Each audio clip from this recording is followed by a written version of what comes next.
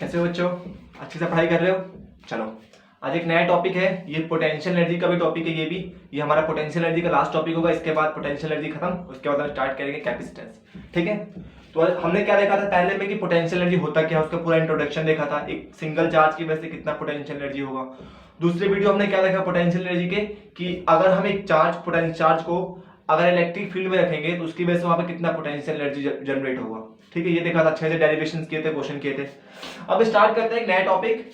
और अगर एक मैं डाइपोल को अगर मैं एक इलेक्ट्रिक डाइपोल को एक इलेक्ट्रिक फील्ड में रखूंगा तो उसके अंदर कितना पोटेंशियल एनर्जी होगा। ठीक है, तो ये भी देखो, हम लोग क्या प्लानिंग करके चलते हैं कि जो डाइपोल वाला क्वेश्चन आता है फर्स्ट चैप्टर से आता है, लेकिन कभी कभी क्या होता है बोर्ड खेल जाता है। वो सब इस चीज की प्रिपरेशन में रहते हैं कि फर्स्ट चैप्टर से आता है वो question, most of the case में वहीं से आता है। लेकिन कभी तो चेंज करेगा ना, तो हो सकता है यहाँ से भी आ जाए सवाल। इंपॉर्टेंट है, बोर्ड के लिए है, जेई के लिए तो होता ही है हर चीज। चलिए स्टार्ट करते हैं फिर आज का topic, electric potential energy. Electric potential energy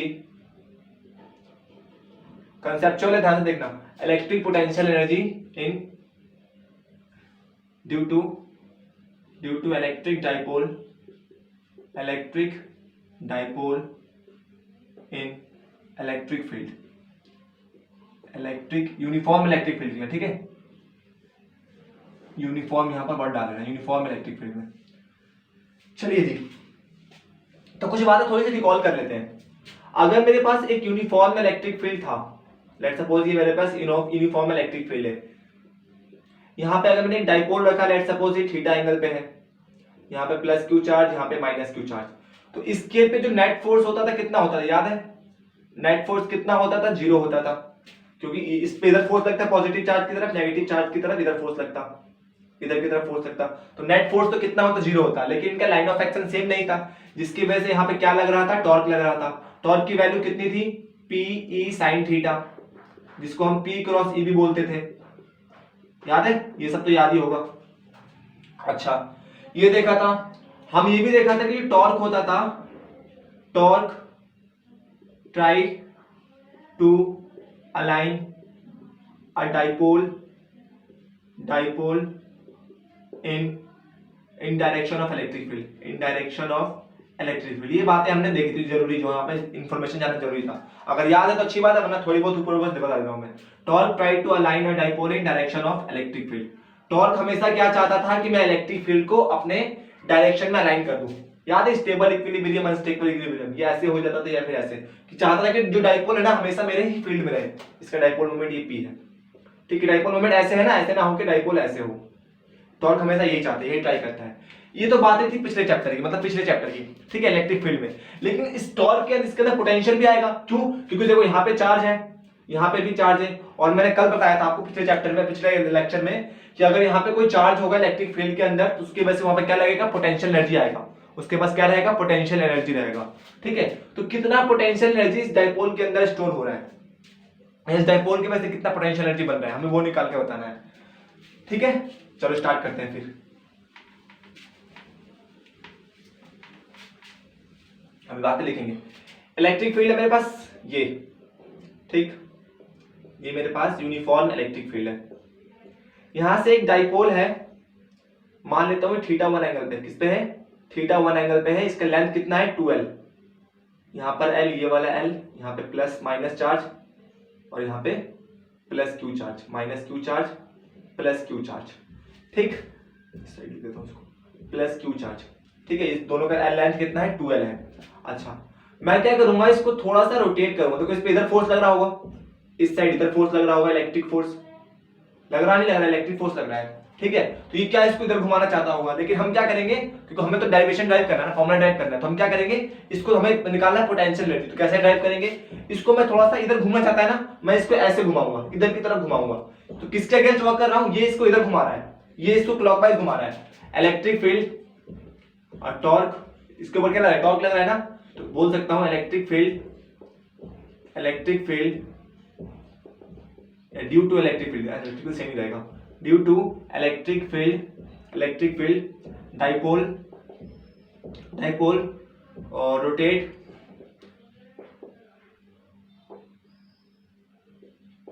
clockwise चल रहा है।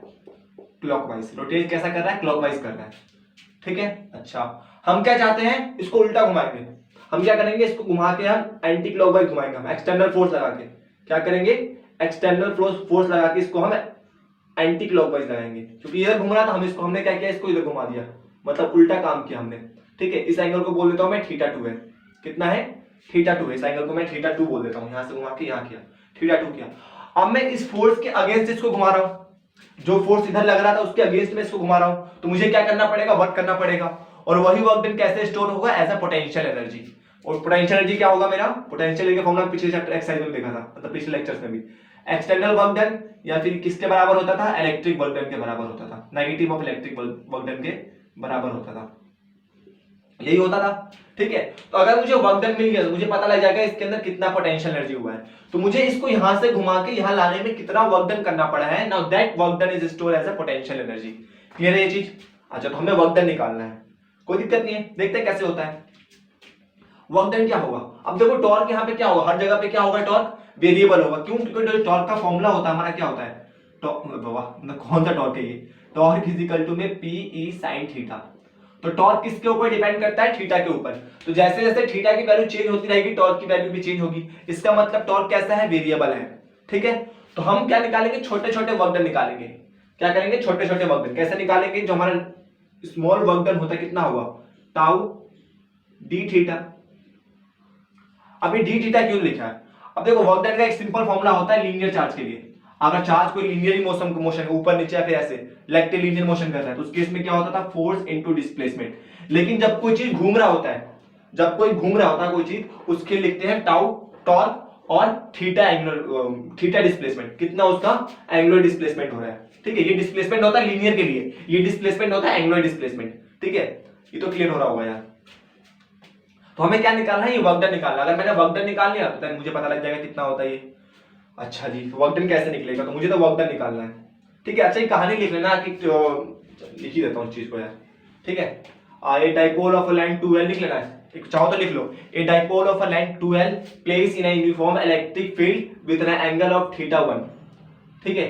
Now we rotate anti clockwise, we rotate anti clockwise to θ1 to θ2, θ1 से θ2 तक रोटेट किया इसको, and now the amount of work done to rotate that dipole is store as a potential energy, ठीक है। तो कैसे स्टोर होगा पोटेंशियल एनर्जी, उसके बाद ये सब चीजें लिखना, वैसे नहीं लिखोगे तब भी चलेगा, सीधे करना स्टार्ट कर दो, कोई मार्क्स नहीं करते, कहने वाली बात है ये, बोर्ड्स में नहीं करते, स्कूल का नहीं बता सकता मैं आप लोगों, ठीक है। डी थीटा यही होगा, इंटीग्रेशन करेंगे छोटे छोटे वर्क डन, यहां से यहां घुमाने पे हर बात पे इसका टॉर्क कुछ अलग हुआ होगा, तो हर छोटे छोटे टॉर्क को निकाल के मैं क्या कर दूंगा, जोड़ दूंगा, ठीक है। किसके रिस्पेक्ट में, डी थीटा के रिस्पेक्ट में, क्योंकि हर बार एंगल क्या हो रहा होगा, चेंज हो रहा होगा, तो हर छोटे छोटे एंगल पे देखूंगा टॉर्क कितना है। अच्छा जी, तो हमें W चाहिए, कहां से कहां तक, θ1 से θ2 रोटेट कराना, θ1 से θ2 तक, तो θ1 से इसको मैंने θ2 तक रोटेट किया। टॉर्क की वैल्यू क्या होती है हमें पता है, जब भी किसी डाइपोल को इलेक्ट्रिक फील्ड में रखते हैं तो उसके ऊपर कितना टॉर्क लगता है, P E sin theta D theta dot. एक मिनट, एक और स्टेप कर लेते हैं, एक और स्टेप कर लेते हैं, ठीक है। यहाँ पे डॉट है ना, डॉट प्रोडक्ट है ना, अच्छा देखो डॉट प्रोडक्ट क्या होगा, यहाँ पे जीरो नहीं होगा, यहाँ पे हम इसको मूव भी इधर ही कर रहे हैं और अपना फोर्स भी इधर ही लगा रहे हैं ना, तो क्या होगा, cos 0 डिग्री होगा, तो tau D theta cos 0 degree, तो यहां से क्या आ जाएगा, टाउ टाउ डी थीटा। अब क्लियर है, ठीक है। हम तो इसको रोटेट भी इधर, हम फोर्स भी इसके ऊपर इधर ही लगा रहे हैं ना, फोर्स भी इसके ऊपर हम इधर ही लगा रहे हैं, और ये घूम भी इधर ही रहा है, तो जो मोशन हो रहा है, जो रोटेशन हो रहा है और फोर्स दोनों एक ही डायरेक्शन में रहा है, तो इसकी वैल्यू जीरो होगी, cos थीटा की वैल्यू जीरो होगी, तो cos थीटा की वैल्यू जब जीरो होगी तो cos थीटा जीरो और cos 0 इज 1, ठीक है। मतलब cos थीटा की वैल्यू जीरो होगी, cos 0 इज 1, यहां से चीज याद रखना। तो टाउ की वैल्यू कितनी होती है, P E sin theta D theta. कहां से कहां इंटीग्रेट करना है, θ1 से θ2 तक हमें इंटीग्रेट करना है, कोई दिक्कत नहीं है जी। यहां से देखो P common, electric field uniform है तो बाहर निकाल सकते हैं, ठीक है। अंदर क्या बचेगा, θ1 से θ2 को इंटीग्रेट करना है, sin थीटा। sin थीटा का इंटीग्रेशन कौन बताएगा, बायो वाले बच्चे सर पे हाथ। sin थीटा का इंटीग्रेशन होता है माइनस cos थीटा, क्या होता है, माइनस cos थीटा। क्लियर है, कोई शक, कोई परेशानी, कोई दिक्कत, अरे माफ करना यार, यहाँ पर ना देखो, यहाँ फोर्स इधर लग रहा है, सॉरी भैया, यहाँ पर गलती हुई एक चीज, फोर्स कहाँ लग रहा है इसके ऊपर, इधर लग रहा है, हमें इलेक्ट्रिक फोर्स के बस में निकालना है, तो फोर्स कहाँ लग रहा है इसके ऊपर, इधर लग रहा है, ठीक है, और हम वर्क इधर कर रहे हैं, माफ करना है इस चीज को, तो यहाँ पे cos 180 होगा, cos 180 इज माइनस, यहाँ पे सब में माइनस रहेगा, ठीक है, कोई दिक्कत तो नहीं है। चलो माइनस माइनस को बाहर निकाल लिया और यहाँ पर भी माइनस है, θ1 से θ2 तक, तो W इज इक्वल टू में PE cos थीटा, θ1 से θ2 तक, लिमिट पुट करें तो W क्या हो जाएगा मेरा, PE cos θ2 minus cos θ1। Now that is the work done, क्या आ गया मेरा, वर्क डन तो मिल गया, इतना वर्क डन करना पड़ेगा इसको यहाँ से यहाँ रोटेट करने के लिए। अच्छा, और हमें पता है कि जो ये वर्क डन होता है कैसे स्टोर होता है, as a potential energy store होता है, कैसे स्टोर होता है, एज अ पोटेंशियल एनर्जी, तो यहाँ से लिखता हूं मैं D final is equal to में negative of electric work done, negative of electric work done. Electric work done कितना है, इतना है, क्योंकि देखो मैंने इलेक्ट्रिक वर्क डन निकाला, मैंने एक्सटर्नल वर्क डन नहीं निकाला, मैंने क्या निकाला, इलेक्ट्रिक वर्क डन, फोर्स निकाला किसकी वजह से, इलेक्ट्रिक फोर्स की वजह से, और रोटेशन कहां ले रहा था, इधर ले रहा था, फोर्स ये वाला ले रहा था मैं, तभी मैंने यहाँ पे 180 रखा, हो तो वैसे भी जाता, लेकिन जो किताबों में कराया जाता है वैसे ही कराता हूं मैं, 0 डिग्री रख करूंगा तब भी हो जाएगा, तो उस टाइम फोर्स हम ये वाला लेंगे, ठीक है, कोई गलत नहीं था वो भी, तो यहाँ से हम फोर्स क्या ले रहे हैं, ये वाला ले रहे हैं, क्यों, क्योंकि हम इलेक्ट्रिक वो ले रहे हैं, ठीक है, और हम रोटेशन किधर करा रहे हैं, इधर करा रहे हैं, इसलिए यहाँ पर 180 डिग्री एंगल था, क्लियर है। चलो ये क्या होता है, final potential minus initial potential is equal to में negative of electric work done, electric work done कितना है, इतना है, तो minus PE cos θ2 minus cos θ1, यही होगा। अच्छा जी, फाइनल पोटेंशियल कहां जा रहा हूं मैं, θ2 पे जा रहा हूं, ये θ2 का पोटेंशियल बोल सकता हूं उसको मैं, और कहां से चला मैं, θ1 से चला था, θ1 चला θ2, इसको मैं θ1 का पोटेंशियल बोल सकता हूं minus PE cos θ2 minus cos θ1। अब देखो यहां पर एक अजम्पशन है, ठीक है, ये अज्यूम किया गया है, क्या अज्यूम किया था हर किताब में, क्यों किया गया बताऊंगा, अभी आगे बताऊंगा ऐसा क्यों किया है, ठीक है, ये अज्यूम किया गया है कि जो मेरा θ1 होता है ना, नहीं एट 90 डिग्री, जब इसका इलेक्ट्रिक फील्ड से जब डाइपोल का जो एंगल होगा, angle between P and E के बीच की जब एंगल 90 डिग्री होगा, तो उस केस में मेरा पोटेंशियल कितना होगा, 0 होगा, ये अज्यूम किया गया है, ठीक है, फिजिक्स में ये अज्यूम किया गया है, क्यों किया गया मैं आगे समझाऊंगा, ठीक है, कोशिश करूंगा समझाने की, क्यों ऐसे अज्यूम किया गया है, जो एंगल होगा कितना होगा, 0 डिग्री होगा, कितना होगा, 0 डिग्री होगा, अब एंगल कह रहा हूं, जो पोटेंशियल होगा कितना होगा, 0 डिग्री होगा, ठीक है, 90 डिग्री पे, थीटा जब 90 डिग्री होगा तो पोटेंशियल कितना होगा, 0 होगा, ठीक है।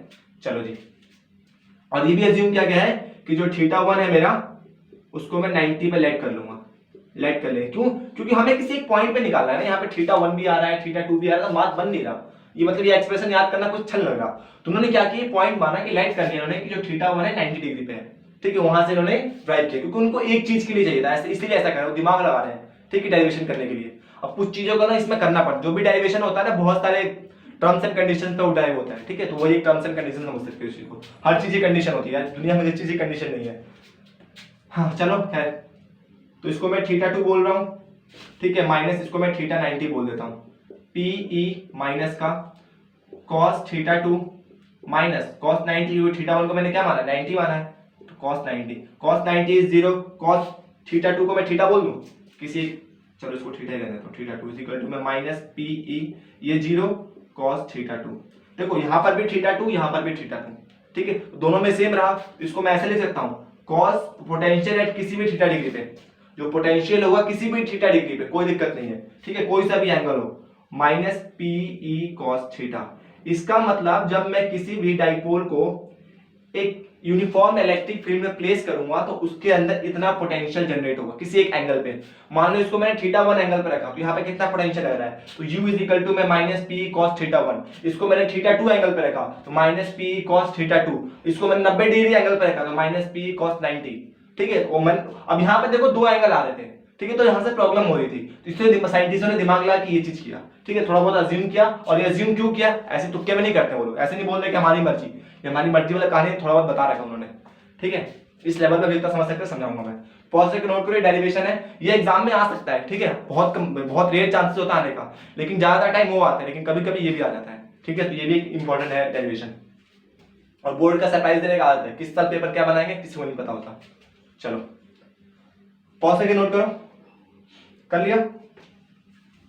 चलो जी, आसान था, ऐसा कोई डेरिवेशन टफ नहीं है, ठीक है, मतलब ऐसा कुछ है नहीं कि मतलब कुछ इतना टफ सा चीज है इसके अंदर, सब आसान चीजें, बातें नॉर्मल सी बातें, ठीक है। जिसने मेरा पहला वीडियो पहला चैप्टर पढ़ा होगा उसको पता ही होगा इस कहानी, ठीक है, उसके लिए हलवा सा लग रहा होगा। बस ये जमसम वाली कहानी क्या है मैं बता रहा हूँ, देखो जिन्होंने अज्यूम किया ना किस बेसिस पे किया, देखो बता रहा हूँ। लेट्स सपोज यहाँ पे इलेक्ट्रिक फील्ड ई है, यूनिफॉर्म इलेक्ट्रिक फील्ड ई है, सपोज कर लेते हैं, ठीक है। और यहाँ पे एक डाइपोल को प्लेस किया गया है, किसको प्लेस किया गया है? डाइपोल को यहाँ पे प्लेस किया गया है, यहाँ पे प्लस क्यू चार्ज, यहाँ पे माइनस क्यू चार्ज, इसका लेंथ मान लेता हूँ 2L है। अब जब मैं इस डाइपोल को यहाँ से लेकर, कहाँ से, इन्फिनिटी से लेकर आ रहा हूँ, कहाँ से लेकर आ रहा हूँ, मान लो कि इस डाइपोल को मैं कहाँ से लेकर आ रहा हूँ, इसी सेम लेंथ की डाइपोल को, इसी डाइपोल को मैं इन्फिनिटी से लेकर आ रहा हूँ, कहाँ से लेकर आ रहा हूँ? इन्फिनिटी से इस इलेक्ट्रिक फील्ड में ला रहा हूँ, ठीक है। तो इन्फिनिटी से इस इलेक्ट्रिक फील्ड में लाने के लिए मुझे कुछ वर्क करना पड़ेगा, सिंपल सी बात है। देखो यहाँ पे दो चार्ज है, एक ये चार्ज है, एक ये चार्ज है, इस पे देखो किधर ये इलेक्ट्रिक फील्ड है, तो इसके ऊपर क्या लगा रहा होगा? फोर्स लगा रहा होगा, इधर की तरफ इलेक्ट्रिक फोर्स लग रहा होगा, तो मैं इस पे एक्सटर्नल फोर्स लगा के इसको इधर लाऊंगा। ये नेगेटिव चार्ज से फोर्स कहां लगेगा? In the direction of electric field, इस पे इधर इलेक्ट्रिक फील्ड लग रहा होगा, इधर फोर्स लग रहा होगा, मैं इस पे इधर फोर्स लगाऊंगा, क्योंकि मैं नहीं चाहता कि जल्दी से पहुंचे, धीरे धीरे पहुंचाना चाहता हूं। तो ऐसे करके इसको मैं इन्फिनिटी से यहां तक लाया हूं, तो मुझे वर्क डन निकालना है। याद है कल मैंने पढ़ाया था पोटेंशियल एनर्जी का फॉर्मूला क्या था मेरा? Q डेल्टा V, यही तो था, Q डेल्टा V। इसको छोड़ा है तो फिर भी काफी मुश्किल सा लगेगा। पहले यहाँ का तुम लोग पोटेंशियल डिफरेंस निकालो कितना आ रहा है। इस चार्ज को मैं लेके आऊंगा, मुझे कितना वर्क डन करना पड़ेगा? जब मैं इस चार्ज को लेके आऊंगा तो मुझे कितना वर्क डन करना पड़ेगा, सोच के बताओ। पोटेंशियल एनर्जी क्या होता है? वर्क डन, यही तो होता है। तो पहले चार्ज को लेके आऊंगा तो मैं कितना वर्क डन करना पड़ेगा मेरे को बताओ पहले ही। इसको लेके आऊंगा तो मैं याद है एक्सटर्नल वर्क डन जो मेरा V होता था, V delta V into Q, यही तो होता था जो वर्क डन होता था, V इंटू Q, याद है ना? ये वाला देखो ना यार, external work done divided by Q into में V डेल्टा V। एक इन्फिनिटी वाला, एक इसका वाला, उस पॉइंट का, और एक इन्फिनिटी का तो जीरो होगा, तो ये कहानी होगी। चलो जी, ये देखो प्रूफ नहीं, किताबों में बहुत कम मिलता है, बता दे रहा हूं मैं जितना मैंने पढ़ा है, जितना पढ़ाया गया है, ठीक है। अच्छा, प्लस में इसकी वजह से इस नेगेटिव चार्ज को लेके आऊंगा मैं, चार्ज को भी साइन रखते हैं, पता होगा आपको, ठीक है, V, और इस कितना लिखा है? Q को लेकर, चलो छोड़ो इसको, Q को लेकर है। अच्छा जी, इस चार्ज की वजह से यहाँ पोटेंशियल कितना होगा? K Q, और ये डिस्टेंस लेट सपोज कि मान लो R, ठीक है, पॉइंट से डिस्टेंस कितना R मानते थे, यहाँ पे Q, और यहाँ पे Q यहाँ पर है, और एक Q ये वाला, तो Q स्क्वायर हो जाएगा ये, ठीक है, Q, हाँ एक ये वाला Q, और एक यहाँ पहले से पोटेंशियल है, ये इलेक्ट्रिक फील्ड के पास क्या होता है? पोटेंशियल होता है ना, हाँ ठीक है। और यहाँ से ये कितना हो जाएगा? माइनस के क्यू स्क्वायर बाई आर, ठीक है, दोनों कैंसिल आउट, ठीक है। अगर ये समझ में, इसलिए यहाँ पर जो पोटेंशियल होता है 90 डिग्री पे जीरो माना जाता है, जो पोटेंशियल होता है 0 डिग्री पे 90। ये भी एक मतलब नॉर्मल तरीका मैंने बताने की कोशिश की, लेकिन एक और देखो क्या तरीका है कि एक वर्क डन देखो पॉजिटिव होगा, ये वाला वर्क डन क्या होगा? क्योंकि इसका डिस्टेंस भी इधर, डिस्प्लेसमेंट भी इधर, ठीक है, और मेरा फोर्स भी इसी डायरेक्शन में लग रहा है, तो ये वाला वर्क डन क्या होगा? पॉजिटिव होगा, ठीक है, इक्वल भी होगा, दोनों चार्ज क्या है? इक्वल है। और ये वाला वर्क डन क्या होगा मेरा? नेगेटिव होगा, क्यों? क्योंकि मेरा फोर्स इधर लग रहा है, डिस्प्लेसमेंट इधर हो रहा है, तो ये वाला वर्क डन क्या होगा मेरा? नेगेटिव होगा। इस चीज को छोड़ जाओ, इस चीज को समझो, ये वाला वर्क डन मेरा पॉजिटिव क्यों? क्योंकि फोर्स भी इधर, डिस्प्लेसमेंट भी इधर। ये वाला वर्क डन मेरा नेगेटिव क्यों? क्योंकि मेरा एक्सटर्नल फोर्स इधर और डिस्प्लेसमेंट इधर करा रहा हूं मैं चीज, तो ये वाला वर्क डन नेगेटिव। दोनों पे मैग्नीट्यूड सेम है, मैग्नीट्यूड सेम है, वर्क डन का फॉर्मूला क्या होता है? Force into displacement, force into displacement, यही तो होता है। दोनों पे फोर्स सेम लगेगा क्योंकि दोनों का मैग्नीट्यूड सेम है, इलेक्ट्रिक फील्ड यूनिफॉर्म है, दोनों पे क्या लगेगा? फोर्स सेम लगेगा, QE इनटू में S, यही लगेगा, QE इनटू में X। अच्छा, W1 की बात करूं तो कितना हो जाएगा? QE, इसको मैं W1 बोल देता हूं, इसको मैं W2 बोल देता हूं, ठीक है। QE S cos 0 डिग्री, क्योंकि दोनों एक ही तरफ हो रहा है, तो यहाँ पे क्या हो जाएगा? QES होगा। W2 की बात करूं तो QES cos 180 माइनस होगा, ये होगा नहीं होगा, क्योंकि दोनों का मैग्नीट्यूड सेम, इलेक्ट्रिक फील्ड भी सेम, जब वहां से उसको मैं लेके आया तो यही कहानी बनेगी दोनों के, और दोनों के बीच का डिस्प्लेसमेंट भी सेम, यहां से इसको लेके आए उतना वक्त, यहां से यहां लेके आए इतना, क्योंकि दोनों परपेंडिकुलर है ना, तो इसको मैं उठा के ऐसे लाऊंगा, दोनों का डिस्प्लेसमेंट भी सेम, तो इसीलिए इस केस में क्या होता है, मेरा जो नेट वर्क डन होता है वो कितना होता है? 0, एक प्लस का एक माइनस का, इसीलिए मेरा क्या होता है? नेट वर्क डन 0 होता है। मान लो ये डाइपोल ऐसे होता, इस केस में अगर ये डाइपोल ऐसे होता तो क्या हम तब भी वर्क डन 0 मान सकते थे? तब भी हम क्या वर्क डन 0 मान सकते थे? सोच के देखो, इसको मैं इसको ऐसे उठा के लाता, ऐसे उठा के लाता, ऐसे उठा के लाता, तो जब ध्यान से देखो जो प्लस वाला चार्ज है उसको ज्यादा वर्क डन करना पड़ता है। क्यों? क्योंकि इसने ज्यादा डिस्टेंस ट्रेवल किया है इसके कंपैरिजन में। नेगेटिव वाला चार्ज ने इतना डिस्टेंस कम किया तो इसका वर्क फोर्स क्या हो गया? कम। इसका वर्क डन क्या हो गया? कम, क्योंकि एस की वैल्यू कम, इसने ज्यादा डिस्टेंस ट्रेवल किया इसलिए इसका फोर्स क्या हो जाएगा? बढ़ जाएगा। तो इस केस में मेरा वर्क डन 0 नहीं होता, इसलिए 90 वाले केस में इन्होंने वर्क डन 0 माना है। मानने किसी मान सकते थे वो, लेकिन ऐसे तुक्के में नहीं माना उन लोगों ने। तो मैंने थोड़े समझाने की कोशिश की क्यों वर्क डन 0 माना गया था वहां पे। ठीक है, तो पॉज करके नोट कर सकते हो इसको, कितना समझ में आया उसके ऊपर देख लो, वरना मान लो यार। ठीक, अच्छा ये तो हो गया। अब बात करते हैं अगला टॉपिक है वर्क डन। कितना वर्क डन करना पड़ा है? ठीक है, अगर हम किसी डाइपोल को इलेक्ट्रिक फील्ड में घुमाना चाहते हैं तो हमें कितना वर्क डन करना पड़ेगा। ठीक है, तो टॉपिक डालेंगे हम अपना। नहीं यार, अभी स्टेबल अनस्टेबल वाली कहानी छोड़ ही दिया उसको, चलो उसको ही पढ़ाई देते हैं। याद है मैं जब पढ़ा रहा था मैंने पढ़ाया था एक स्टेबल इक्विलिब्रियम एक अनस्टेबल इक्विलिब्रियम, इलेक्ट्रिक फील्ड वाले चैप्टर में। स्टेबल इक्विलिब्रियम और एक होता है मेरा अनस्टेबल इक्विलिब्रियम। बोर्ड का बहुत फेवरेट टॉपिक है, मैं उस टाइम भी बोला था अनस्टेबल इक्विलिब्रियम। और थोड़ा सा मैंने बताया भी था, जब मैं इसको सेकंड चैप्टर को पढ़ाऊंगा तो इसको पढ़ाऊंगा। आज बात समय आ गया उसका। ठीक है, अच्छा स्टेबल इक्विलिब्रियम कुछ याद है क्या होता था? वो कुतुब मीनार वाला एग्जांपल दिया था कि एक बंदा जब कुतुब मीनार के सबसे हाइट पे खड़ा है, बिल्कुल शांति से वो भी खड़ा रुका हुआ है, एक कुतुब मीनार के नीचे खड़ा है, तो कौन ज्यादा स्टेबल है? रुक, दोनों तो इक्विलिब्रियम है, लेकिन कौन ज्यादा इक्विलिब्रियम, कौन ज्यादा स्टेबल है? ऊपर वाले को अनस्टेबल फील हो रहा होगा, ठीक, क्योंकि वो ज्यादा हाइट पे है, उसकी पोटेंशियल एनर्जी ज्यादा है, इसलिए वो ज्यादा अनस्टेबल फील करता है। नीचे वाला आराम से नीचे है, उसको गिरेगा तो बच जाएगा, अगर वो तेज आंधी आई तो गिरेगा तो बच जाएगा। ठीक है, लेकिन वो कुतुब मीनार से गिरेगा तो उसका तो कहानी खत्म है। ठीक है, तो ये कहानी समझ सकते हो इस चीज को ना। इसे एक और अच्छा सा एग्जांपल वो भी देखेंगे। स्टेबल इक्विलिब्रियम में क्या होता है, जो डाइपोल मोमेंट होता था P, ये डाइपोल मोमेंट P है, और इलेक्ट्रिक फील्ड का एंगल कितना होता था? 90 और 0 डिग्री। थीटा कितना होता था? 0 डिग्री। तब क्या होता था? ये स्टेबल होता था। क्यों? यहाँ पे प्लस चार्ज, यहाँ पे माइनस चार्ज, क्योंकि इलेक्ट्रिक फील्ड का डायरेक्शन क्या होता है? Negative to positive, negative to positive. तो इसको जब मैं हल्का सा घुमाना चाहूंगा, लेट सपोज इसको मैंने हल्का सा घुमाना चाहता हूं, यहाँ पे प्लस यहाँ पे माइनस, इस पे इधर फोर्स लगेगा, इस पे इधर फोर्स लगेगा, तुरंत से क्या कर देगा? इसको इधर कर देगा, अप एंड डाउन। इधर फोर्स लगा, इधर फोर्स लगा, मैं बोलूंगा इसको घुमाऊंगा, बोला मुझे नहीं घूमना, जैसे मैं छोड़ूंगा अब घूम जा, बोलेगा मैं नहीं घूमूंगा, वापस अपनी जगह पे आ जाएगा। ठीक है, अनस्टेबल इक्विलिब्रियम में क्या होता था? वही मेरा same electric field, uniform electric field. इस केस में क्या होता था? मेरा डाइपोल मोमेंट ऐसे होता था, इनके बीच का जो थीटा एंगल होता था इलेक्ट्रिक फील्ड और डाइपोल मोमेंट के बीच का 180 डिग्री। तो यहाँ पे प्लस साइन, यहाँ पे माइनस साइन। अब इस केस में मान लो इसको मैंने हल्का सा क्या किया? पुश किया, ये मेरा प्लस साइन, यहाँ पे मेरा माइनस साइन।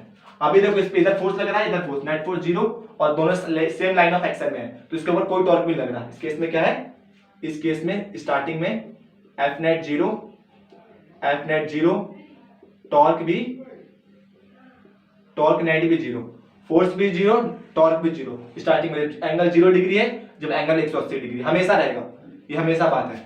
ठीक है, किसमें है? इक्विलिब्रियम। लेकिन जरा सा हल्का सा मैंने इसको ऊपर किया, इस पे इधर फोर्स लगा, इस पे इधर फोर्स लगा, तुरंत वापस अपनी पोजीशन पे आ गया। लेकिन इस केस में क्या हुआ? इसको मैंने हल्का सा अपनी जगह से मूव किया, तो इस पे इधर फोर्स लगेगा in the direction of electric field, और इस वाले नेगेटिव पे इधर फोर्स लगेगा in the direction of opposite to electric field. तो ये क्या करेगा? इसको तुरंत से पूरा घुमा देगा। क्या कर देगा? क्योंकि डिफरेंट लाइन ऑफ एक्शन हो गया ना, हल्का सा मोड़ते ही इनका लाइन ऑफ एक्शन अलग हो गया। उसमें अच्छे से पढ़ा रखा है मैंने। तो ये क्या हो जाएगा? पूरा घूम जाएगा, ये 180 डिग्री रोटेट हो जाएगा यहाँ से। ठीक है, तो ये क्या है? मेरा अनस्टेबल इक्विलिब्रियम है। क्या है? अनस्टेबल इक्विलिब्रियम है। अब इसकी असली कहानी क्या थी? पोटेंशियल एनर्जी वाली, वो तो हमने वहां पर इलेक्ट्रिक फील्ड में सीखा था, जहां तक हम लोग उस टाइम पढ़ा था।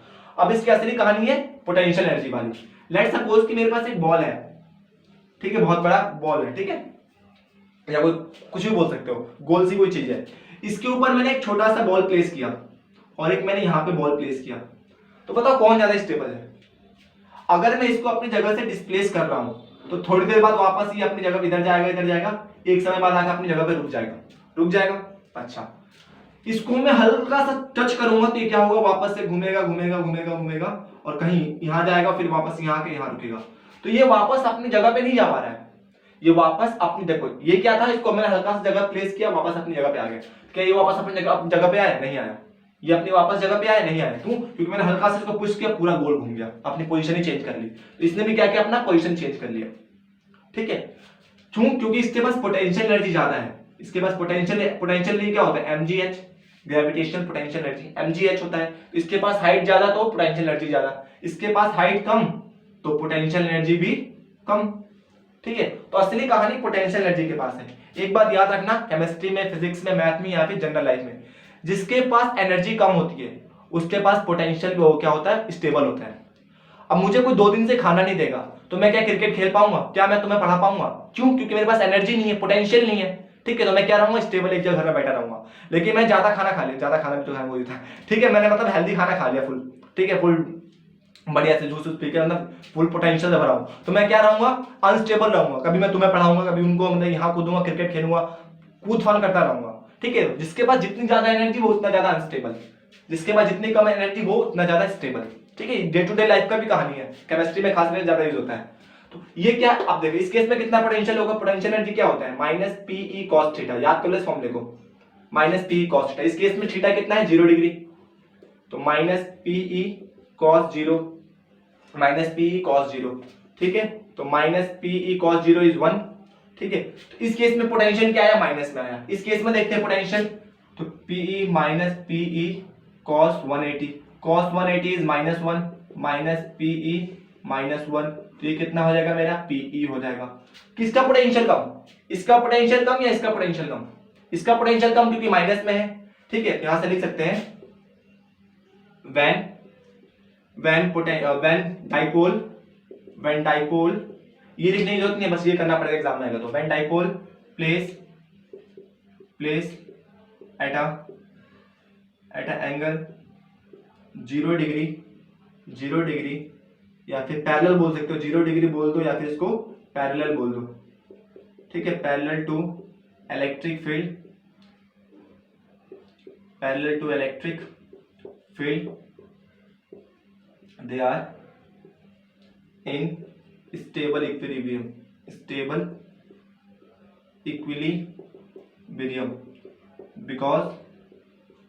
because minimum एनर्जी, इसके पास क्या रहेगा, मिनिमम एनर्जी रहेगा, इसलिए क्या रहेगा, ये स्टेबल पे। अच्छा, परपेंडिकुलर इसको करेंगे तो minus PE cos 90 degree, perpendicular का मतलब कॉस 90 डिग्री। ठीक है, तो यहाँ पी की वैल्यू कितनी आएगी, 0, 0 बड़ा है माइनस बड़ा है, माइनस 0 बड़ा है माइनस बड़ा है, 0 बड़ा है माइनस से। ठीक है, तो इसलिए सबसे कम एनर्जी इसी टाइम पे होती है, इसलिए ज्यादा स्टेबल होता है इस केस में।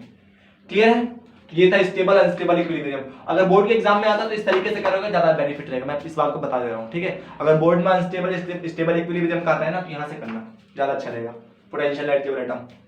क्लियर है, क्योंकि मैं एग्जाम में करके आया था तो मैंने गलत किया गया था। ठीक है, मैं इलेक्ट्रिक फील्ड वाले कंसेप्ट से करके आया था प्री बोर्ड में, तो गलत किया गया था, तो इस बात को मैंने आवाज उठाई थी आगे, तो सर ने बोला कि ये ज्यादा अच्छा रहता हमेशा।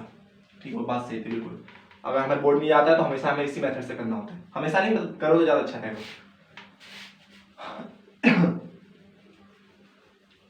क्योंकि उसमें तो लॉजिक है, कंसेप्ट, इसमें कोई कंसेप्ट नहीं, इसमें हम असली प्रूफ बता रहे हैं कैसा क्यों होता है, इसलिए। चलो ये क्या टॉपिक पढ़ लेते हैं, वर्क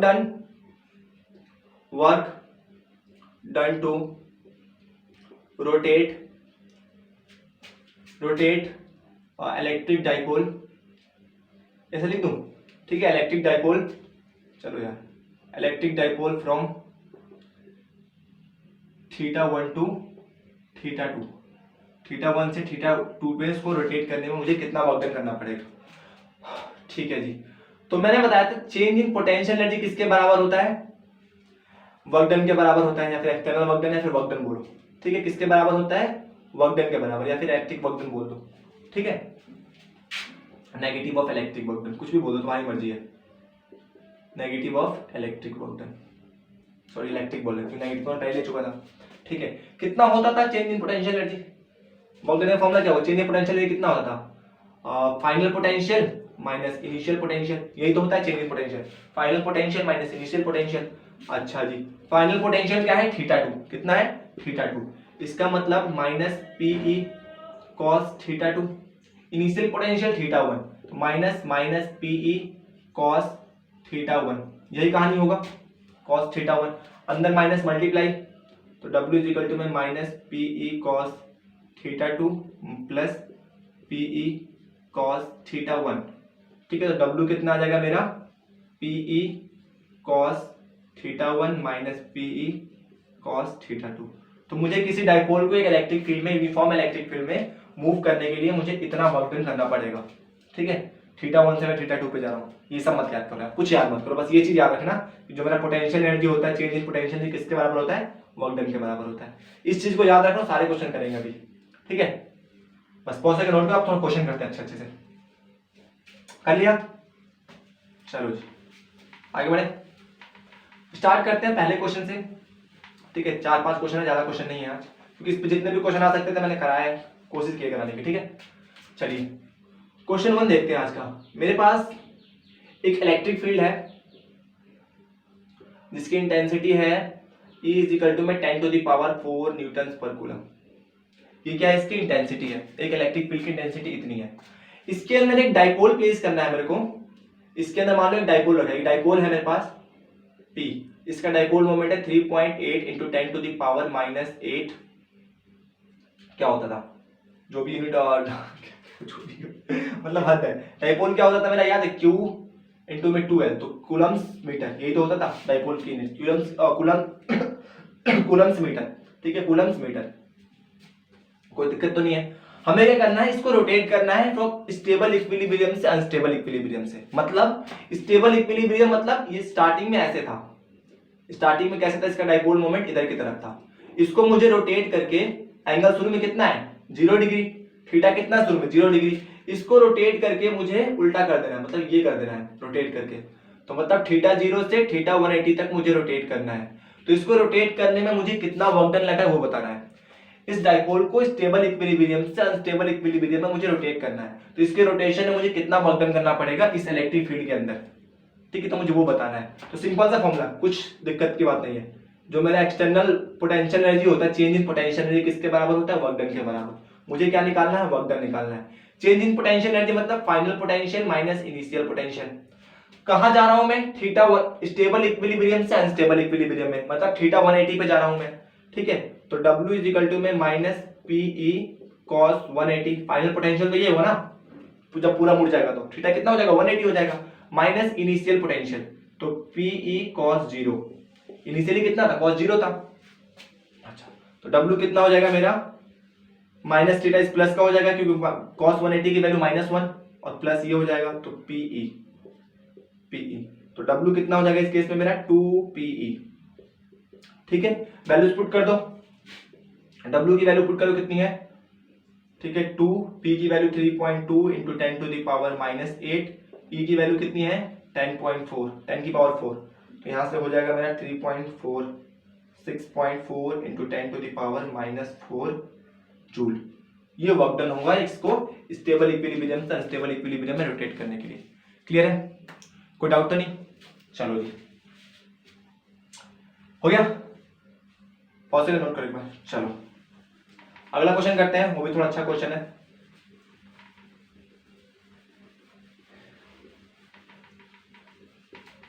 क्वेश्चन नंबर 2, मेरे पास दो चार्जेस हैं जिनके पास सेम, जिनका मैग्नीट्यूड क्या है, सेम है, 1 microcoulomb minus 1 microcoulomb, two equal and opposite charge having the same magnitude separated by distance 2 centimetre, ठीक है, 2 सेंटीमीटर का इनके बीच का डिस्टेंस है, कोई दिक्कत होनी तो नहीं चाहिए। इसको प्लेस किया है, place in electric field of E is equal to में 10⁵ न्यूटन पर कूलम।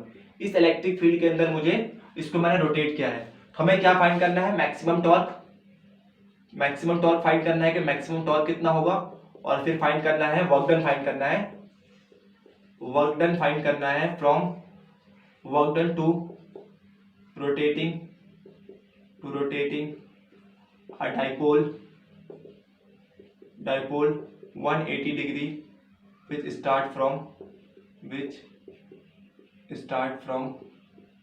0 डिग्री, 0 डिग्री से 180 डिग्री पे रोटेट करने में मुझे, सेम क्वेश्चन है यार, 0 डिग्री से 180 डिग्री में रोटेट करने में मुझे कितना वर्क डन करना पड़ेगा, इसमें लैंग्वेज चेंज कर दी, ठीक है। पहले मुझे मैक्सिमम क्या निकालना है, मैक्सिमम वो निकालना है, वो टॉर्क, कितना टॉर्क लगेगा। टॉर्क का फॉर्मूला क्या था, मैक्सिमम टॉर्क का फॉर्मूला क्या होता है, PE sin थीटा।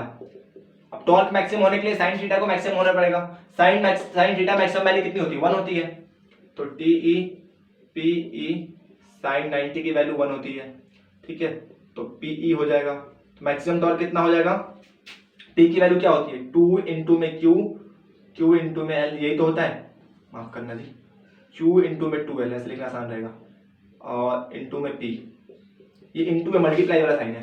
अच्छा, Q की वैल्यू कितनी है 1 माइक्रोकूलम, तो 1 इंटू 10⁻⁻6 माइक्रोकूलम हो जाएगा। ये पता लग रहा है ना ये क्या कहानी होती है, ये माइक्रोकूलम वाला। बस किसी एक चार्ज का मैग्नीट्यूड रखते हैं, उनके बीच का डिस्टेंस, इनके बीच का डिस्टेंस कितना होता है 12। यहाँ पर 12 किसके बराबर है 2 सेंटीमीटर के बराबर है, तो 2 इंटू में 10⁻⁻2 सेंटीमीटर में था, मीटर में कन्वर्ट किया। ई की वैल्यू कितनी है 10⁵, तो मैक्सिमम टॉर्क कितना आ जाएगा मेरा 2 इंटू में 10⁵ टू 8 -3 इतना टॉर्क आएगा। ठीक है, ये भी कोई वेक्टर क्वांटिटी है ना, तो जूल में जाएगा। ठीक है, फोर्स यार ये वर्क डन है, तो वर्क डन किसमें, हाँ जूल में, क्या दिक्कत है। ठीक है, क्लियर है। फोर्स अबे क्या कर रहा हूँ आज, चलिए किस में आता है, फोर्स हमेशा न्यूटन में आता है। ठीक है, याद रखना चीज को। क्लियर है, कोई डाउट तो नहीं है। इतना मुझे वर्क डन करना पड़ेगा, इतने न्यूटन वर्क डन, ये मेरा मतलब इतना इसके ऊपर टॉर्क लगेगा। ठीक है, इतना रोटेटिंग टॉर्क लगेगा। क्लियर है, कोई डाउट तो नहीं है। चलो सेकंड क्या है, मेरे को वर्क डन वो निकालना है, क्या नाम है, वर्क डन निकालना है। Work done to rotating from 0 degree, तो वही कहानी है यार, पोटेंशियल एनर्जी निकाल दो, वर्क डन अपने आप निकल जाएगा। तो potential at final minus potential at work done. ठीक है, पोटेंशियल एट फाइनल कितना है मेरा PE minus PE cos 180 minus PE cos 0 degree के स्टार्ट कहाँ से हो रहा है 0 से हो रहा है, वर्क डन। तो वर्क डन कितना आ जाएगा मेरा, यहाँ से ये PE हो जाएगा और यहाँ से ये प्लस का PE हो जाएगा, तो 2PE होगा, नहीं होगा 2PE। यहाँ पे PE की वैल्यू मिल रखी है मेरे को, सीधे पुट कर दो मैं ऐसे, 2 इंटू PE की वैल्यू कितनी है 2 इंटू में 10⁻⁻3, तो वर्क डन कितना हो जाएगा मेरा 4 इंटू में 10⁻⁻3 जूल। ठीक है, ये दिमाग में इसमें कंफ्यूजन हो जाता है। चलो ठीक है, पॉज करके नोट करोगे, अगला क्वेश्चन करें उसको थोड़ा लिखना पड़ेगा, क्योंकि थोड़ा क्वेश्चन ना है, अच्छा बोर्ड में आया हुआ सवाल है, वैसे ज्यादा ऐसे कहा तुम चलो लिख देते हो। ठीक है, थोड़ा इंपॉर्टेंट है वो। ये रहा question, an electric dipole of a length 4 centimetre. मेरे पास एक इलेक्ट्रिक डाइपोल है, उसका लेंथ कितना है 4 centimetre. When placed an axis making an angle of 60 degree with an uniform electric field experiences a torque of 4√3 newton metre. ठीक है, calculate the potential of a dipole if the dipole have a charge C. क्या कह रहा है कि मेरे पास एक uniform electric field है, हमें नहीं बता रखा यूनिफॉर्म इलेक्ट्रिक फील्ड का वो कितना एंगल है, कितना इंसिडेंट, कुछ नहीं बता रखा हमें। ठीक है, इसने बोला कि एक यूनिफॉर्म इलेक्ट्रिक फील्ड है, यहाँ से एक डाइपोल को रखा गया 60 डिग्री एंगल पे। इनके चार्जेस क्या है, प्लस का 8 कूलम और माइनस का 8 नैनो कूलम। क्या है नैनो कूलम, नैनो कूलम मतलब 8 इंटू में 10⁻⁻9 कूलम। ठीक है, ये दे रखा है। Calculate the potential of the dipole, हमें क्या करना है, इस डाइपोल का पोटेंशियल कैलकुलेट करना है। अच्छा जी, पोटेंशियल का फॉर्मूला क्या था मेरा, माइनस PE cos थीटा। ठीक है, मेरे को थीटा दे रखा है 60 डिग्री। चलो जी, मेरे को P नहीं दे रखा, P निकाल सकता हूं मैं कैसे, P क्या होता है Q इंटू में 2L, याद हो गई है, 2 इंटू में Q इंटू में 2L। ठीक है, P निकाल सकता हूं, Q की 2L की वैल्यू कितनी है 4 सेंटीमीटर, तो 2L की वैल्यू कितनी हो जाएगी 4 इंटू में Q की वैल्यू 8 है, 8 इंटू 10⁻⁻9 और 4Q की वैल्यू कितनी है 2L की वैल्यू कितनी 4 इंटू 10⁻⁻2। यहाँ से P निकल जाएगा।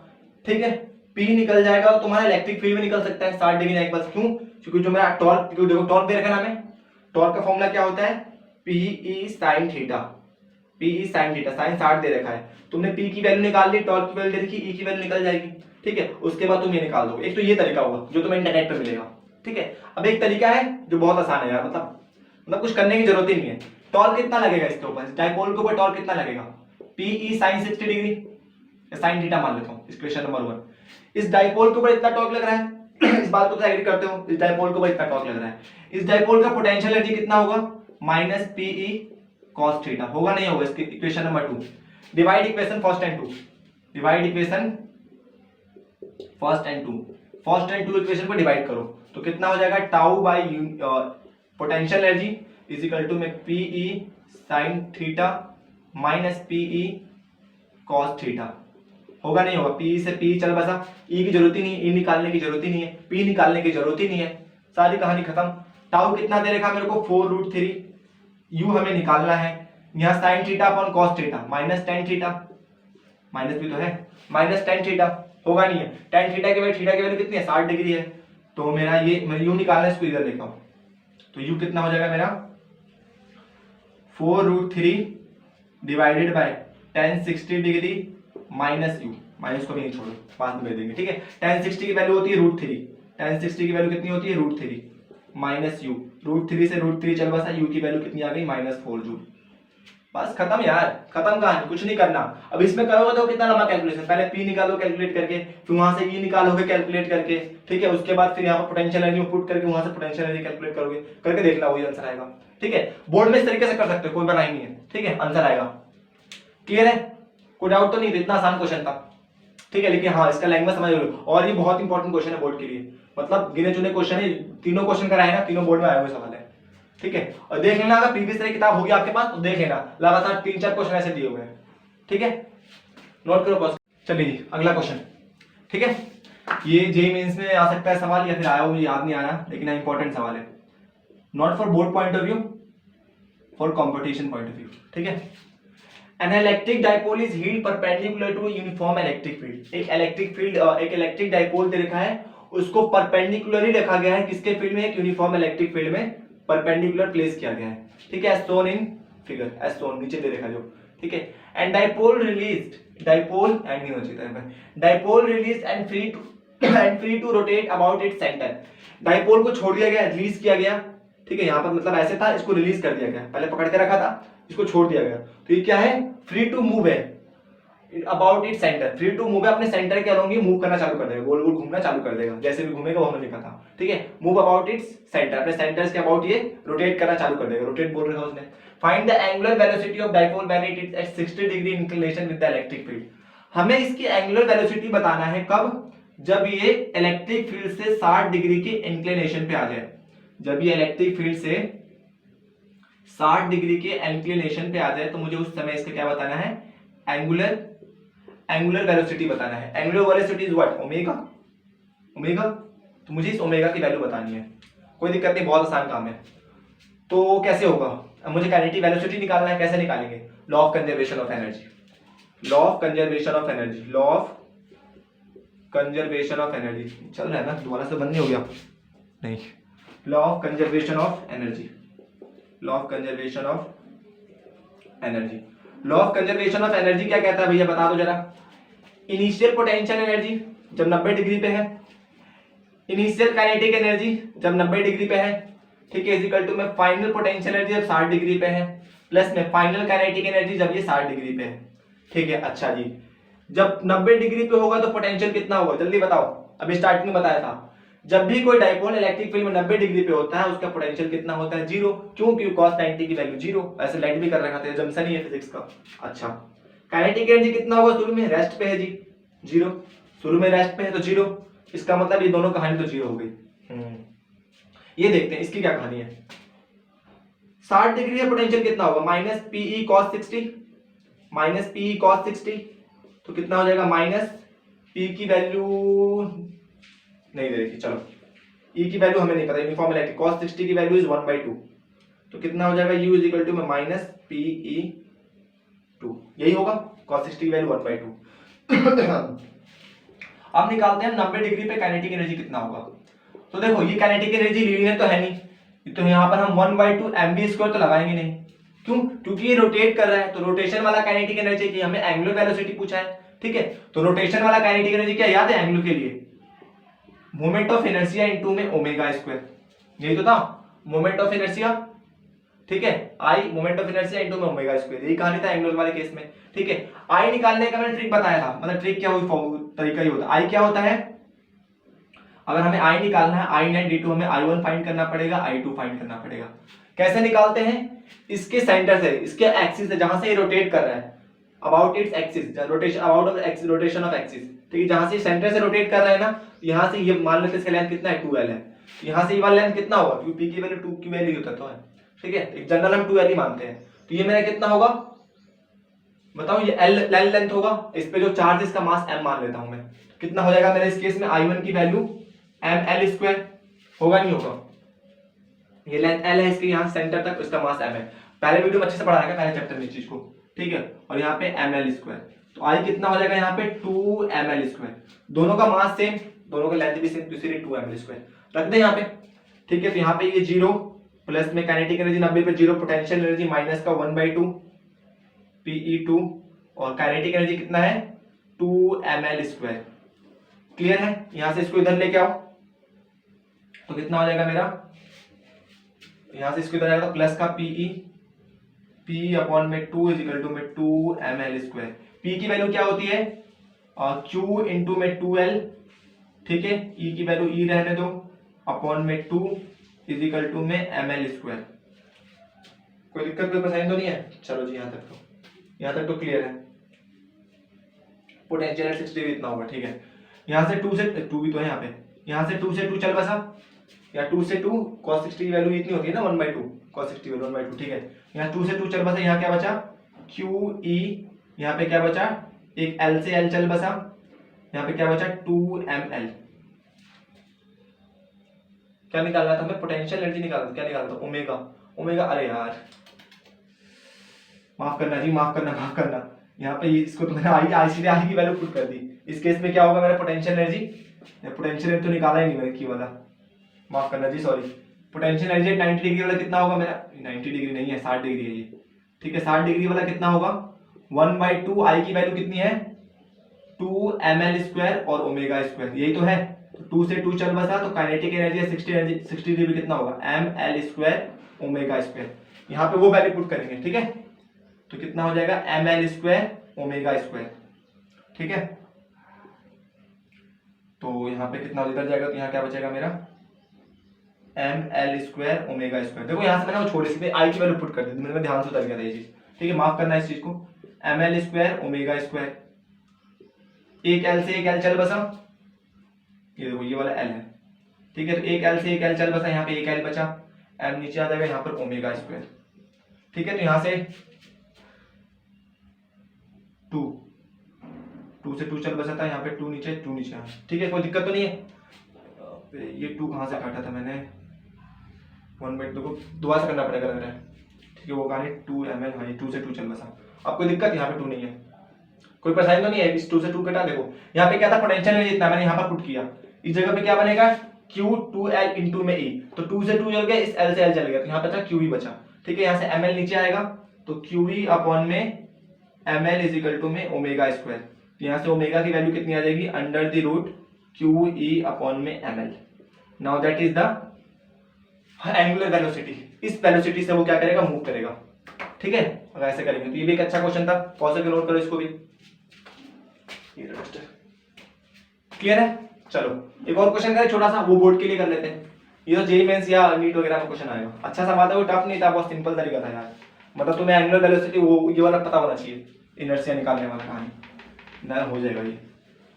चलो जी बस एक आखिरी क्वेश्चन करते हैं आज का, उसके बाद लेक्चर खत्म करते हैं और पोटेंशियल एनर्जी कहानी को यहीं समाप्त करते हैं। लेट्स सपोज कि मेरे पास एक यहाँ पर Q चार्ज रखा गया है, ठीक है। और यहाँ से A डिस्टेंस पे एक क्या किया गया, मेरे पास एक छोटा सा डाइपोल, शॉर्ट डाइपोल, ठीक है, जिसका डाइपोल मोमेंट क्या है P है, प्लेस किया गया।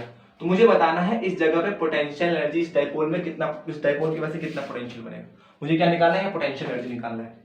अच्छा जी, तो यहाँ पे देखो इस चार्ज की वजह से यहाँ पे इलेक्ट्रिक फील्ड बनेगा ऐसा, ये देखो Q चार्ज है, इस Q चार्ज की वजह से इस पॉइंट पे क्या बनेगा, इलेक्ट्रिक फील्ड बनेगा। कितना बनेगा, K Q square by distance कितना है A स्क्वायर।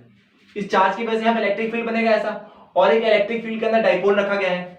डाइपोल मोमेंट भी ऐसे है, क्वेश्चन तुम्हें दिया रहेगा फिगर के अंदर, डाइपोल मोमेंट भी ऐसे है, इलेक्ट्रिक फील्ड के डायरेक्शन से, एंगल 0 डिग्री। तो ये कितना होगा मेरा minus PE cos theta, cos theta की वैल्यू 0 डिग्री, तो माइनस PE cos 0 इज 1, तो माइनस PE, ठीक है।